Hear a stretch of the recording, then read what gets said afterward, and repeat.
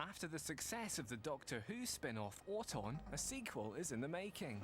2 years have passed since the events of Auton, and Winslet, the escaped blob, Auton, has got himself onto an island where he has got everyone involved in a sort of religious fervour, and he's using all their religious fervour as a sort of psychic energy force to activate something very nasty that's buried deep in the ground. They didn't kill him off at the end of the first one, which was the intention, I think. They just reduced him to slime and then whisked him through an air vent. And now he's back. When we did Auton, we had in our minds that it would be a trilogy.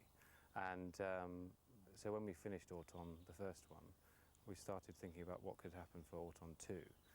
And basically, the first one was shot entirely in a studio. And I think you couldn't do the second one there just because of the limitations. So we've sort of come out into the field, and as you can see, we're in a rather fantastic looking church. We've had an exciting time on a yacht in the Solent, and we've been on the beach, we've been in the woods, so we've tried to get every different sort of variance on locations as possible into the whole thing.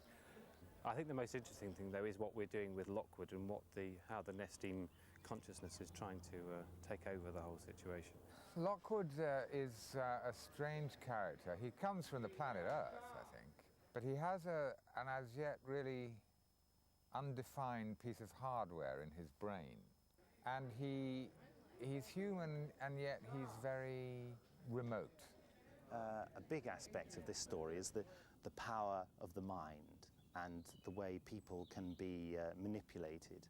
So that's one of the main themes of it. I don't think I've met anyone who suddenly gets into Doctor Who when they're 25 or something. It's something that, it's like people who build model railways or something like that. It's something that they did when they were kids, and then they mature, but they like to keep that sort of childlike side of them, which is the same as being, you know, a football fan or something like that. That's just more acceptable because more blokes do it, and it involves drinking and swearing and what have you.